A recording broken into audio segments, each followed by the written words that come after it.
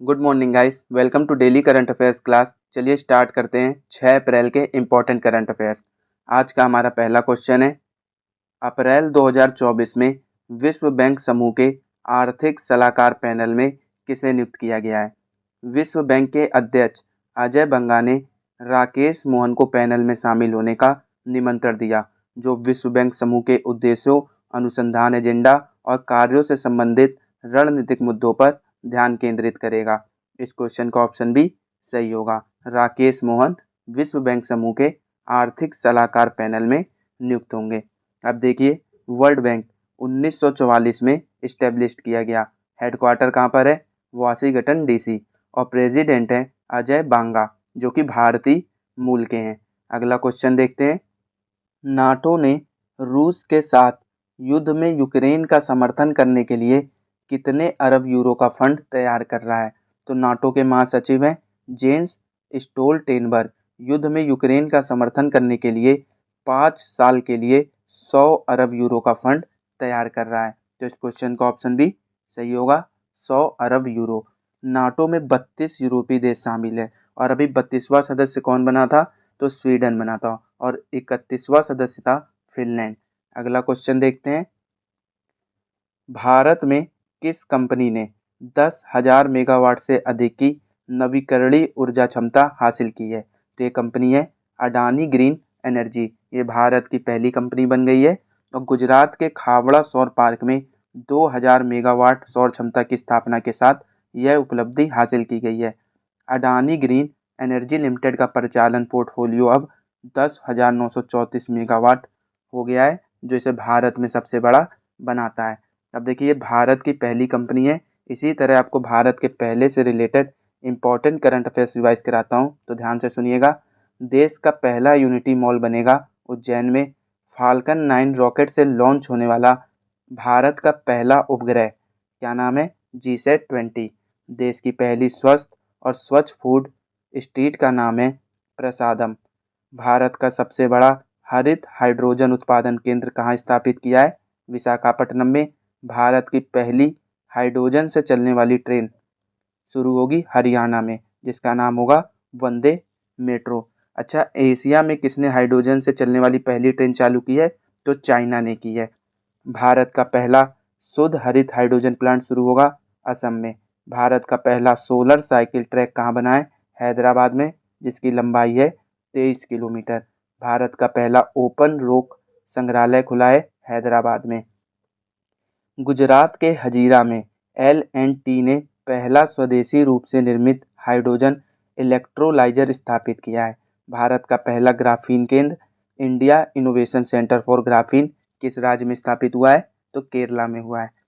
अगला क्वेश्चन देखते हैं, हाल ही में किस देश के राष्ट्रपति ने सूखे पर राष्ट्रीय आपातकाल की घोषणा की है?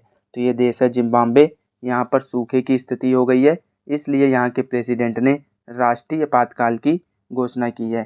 और जिम्बाब्वे की कैपिटल है हरारे और यहाँ के प्रेसिडेंट हैं एमरसन मनागागवा।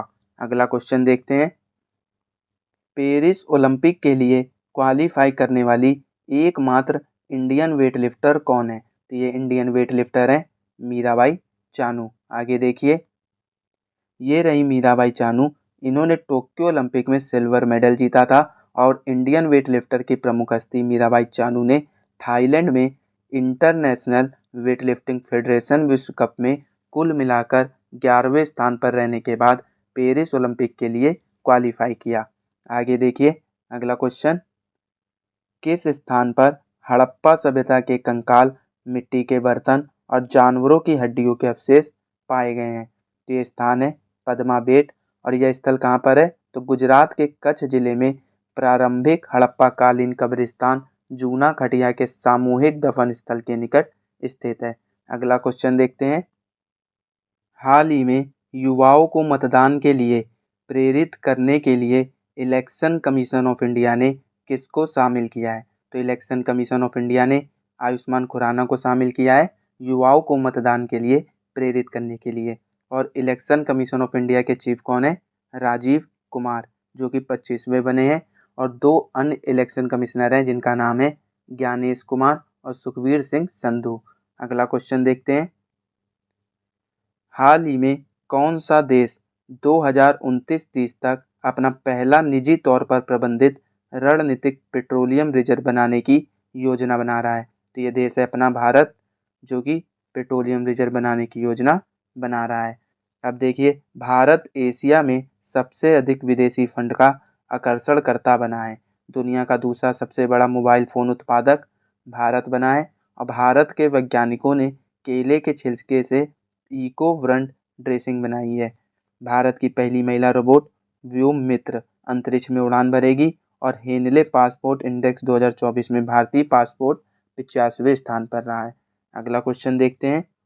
हाल ही में WHO ने किस नाम से अपना पहला AI powered digital health promoter launch किया है? तो इसका नाम है सारा, जिसकी फुल फॉर्म है smart AI resource assistant for health. ये AI हेल्थ से रिलेटेड इन्फॉर्मेशन देगा। अब देखिए, WHO इसको इस्टेब्लिश किया गया 7 अप्रैल 1948 को और हेडक्वार्टर है जिनेवा स्विट्जरलैंड में और इसके हेड हैं टेड्रोस एडनोम। आगे देखिए, आपको AI से related important current affairs revise कराता हूँ, तो ध्यान से सुनिएगा। भारत में विश्व के पहले AI संचालित एंटी ड्रोन सिस्टम को लॉन्च किया है, जिसका नाम है इंद्रजाल। खुफिया जानकारी एकत्र करने के लिए AI आधारित ओरोन विमान किसने लॉन्च किया है? इजराइल ने। भारत का पहला AI स्कूल तिरुवनंतपुरम में है। नाम है स्कूल का शांतिगिरी विद्या भवन। MP ने जस्ट आस्क नाम से AI चैटबॉट लॉन्च किया है। मेटा और माइक्रोसॉफ्ट ने AI आधारित नए भाषा मॉडल को लॉन्च किया है, जिसका नाम है लामा 2। और किस राज्य ने AI आधारित न्यूज एंकर लीजा लॉन्च किया है? उड़ीसा ने। एलोन मस्क ने AI आधारित स्टार्टअप लॉन्च किया XAI। किस केंद्र शासित प्रदेश ने भारत का पहला टेलीमानस चैटबॉट लॉन्च किया? जम्मू कश्मीर ने। स्टैनफोर्ड यूनिवर्सिटी ने सबसे अधिक AI निवेश करने वाले देशों में भारत को 5वें नंबर पर रखा है। और किसने ग्रामीण भारत के लिए AI चैटबॉट जुगलबंदी लॉन्च किया है? माइक्रोसॉफ्ट ने। जेनरेटिव AI प्लेटफॉर्म टोपाज को लॉन्च किया है इन्फोसिस ने और रसिया ने गीगा चैट। और गूगल ने AI चैटबॉट लॉन्च किया है, नाम है बार्ड। और AI के गॉडफादर हैं जेफरी हिंटन। आगे देखिए, AI सुरक्षा पर पहला शिखर सम्मेलन यूके के ब्लेचले में हुआ और किस AI ने प्रधानमंत्री मोदी के भाषणों का तमिल में अनुवाद किया? तो इस AI का नाम है भाषणी AI। वाराणसी में काशी तमिल सम्मेलन हुआ था, वहाँ पर इस AI का यूज किया गया था। सुप्रीम कोर्ट ने भी AI आधारित क्षेत्रीय भाषा अनुवाद उपकरण लॉन्च किया, जिसका नाम है सुभाष। ओला ने भारत का पहला AI मॉडल लॉन्च किया, नाम है कृत्रिम। दुनिया की पहली AI रोबोट एक कंपनी में CEO बनी, नाम है मीका। किसने AI ओडिसी प्रोग्राम को लॉन्च किया है? माइक्रोसॉफ्ट ने। शिक्षा में बहुभाषावाद को बढ़ावा देने के लिए किस नाम से AI आधारित एक ऐप लॉन्च हुआ है? अनुवादनी। भारत की पहली AI सिटी बनेगी लखनऊ में और देश का पहला AI और रोबोटिक्स पार्क कहाँ बना है? बेंगलोर में। AI and national security book लिखी है विजय खड़े और अमित सिन्हा ने। भारत की पहली AI टीचर, नाम है आइरिस। रिलायंस ने हनुमान नाम से AI चैटबॉट लॉन्च करेगी। दुनिया का पहला AI सॉफ्टवेयर इंजीनियर डेविन किस कंपनी ने बनाया है? तो कॉग्निशन ने बनाया है। अगला क्वेश्चन देखते हैं। हाल ही में अंतर्राष्ट्रीय अंतरात्मा दिवस कब मनाया जाता है? तो इस दिवस को 5 अप्रैल को मनाते हैं और यह दिवस लोगों को आत्मचिंतन करने और अपने विवेक का पालन करने और सही काम करने के स्मरण में मनाया जाता है। वर्ष 2024 में इसकी थीम है प्रेम और विवेक के साथ शांति की संस्कृति को बढ़ावा देना। अगला क्वेश्चन देखते हैं। हाल ही में जारी फोर्ब्स बिलियनर्स लिस्ट 2024 में मुकेश अंबानी कौन से स्थान पर हैं?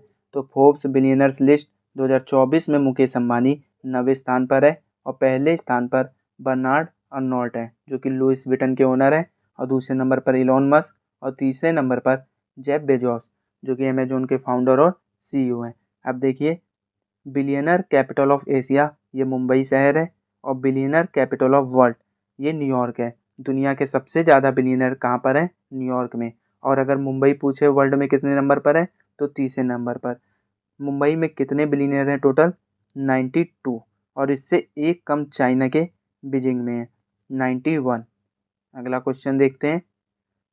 हाल ही में निर्वाचन आयोग ने लोकसभा चुनाव 2024 के दौरान गलत सूचना के प्रसार को रोकने के लिए कौन सा प्लेटफॉर्म लॉन्च किया है? तो इस प्लेटफॉर्म का नाम है मिथ वर्सेस रियलिटी प्लेटफॉर्म। इस प्लेटफॉर्म को लॉन्च करने का उद्देश्य है जो फेक न्यूज़ बहुत तेज़ी से वायरल होती है, तो उन सब को देखने के लिए कि ये न्यूज़ फेक है या रियल, वो आप इस प्लेटफॉर्म में देख सकते हैं, जो कि चुनाव से रिलेटेड होगी। अब देखिए, इलेक्शन कमीशन ऑफ इंडिया के चीफ कौन है? राजीव कुमार, जो कि 25वें बने। और फर्स्ट कौन थे? सुकुमार सेन। और फर्स्ट फीमेल पूछे तो वीएस रामाधनी। और दो न्यू इलेक्शन कमिश्नर हैं, ज्ञानेश कुमार और सुखबीर सिंह संधू। और इलेक्शन कमीशन ऑफ इंडिया ने कुछ ऐप लॉन्च किए हैं, Garuda app, C vigil app, इनकॉर software और नो योर कैंडिडेट ऐप और सचम ऐप को लॉन्च किया है। आगे देखिए अगला क्वेश्चन। हाल ही में ये भाग नहीं है, भांग है। भांग के उपयोग को वैध बनाने वाला यूरोप का तीसरा देश कौन सा बन गया है? तो भांग के उपयोग को वैध बनाने वाला तीसरा देश बना है जर्मनी। अब आप सोच रहे होंगे पहला और दूसरा देश कौन है जिन्होंने वैध बनाया? तो पहला देश है माल्टा और दूसरा देश है लग्जमबर्ग। आगे देखते हैं। तो दोस्तों ये थे आज के इंपॉर्टेंट करंट अफेयर्स जो कि एग्जाम के पॉइंट ऑफ व्यू से इंपॉर्टेंट थे। अगर आपको क्लास पसंद आई हो तो वीडियो को लाइक कीजिए, सब्सक्राइब कीजिए और शेयर कीजिए और बेल आइकन को जरूर दबाइएगा ताकि वीडियो अपडेट आपको सबसे पहले प्राप्त हो। और ये रहा आपका लास्ट क्लास पूछा क्वेश्चन, इसका आंसर देखते हैं। हाल ही में टाटा इंटरनेशनल ने किसे प्रबंध निदेशक नियुक्त किया है? तो ये प्रबंध निदेशक नियुक्त किया है राजीव सिंघल को। आगे देखिए, ये रहा आपके लिए क्वेश्चन, इसका आंसर आप कमेंट बॉक्स में दीजिएगा।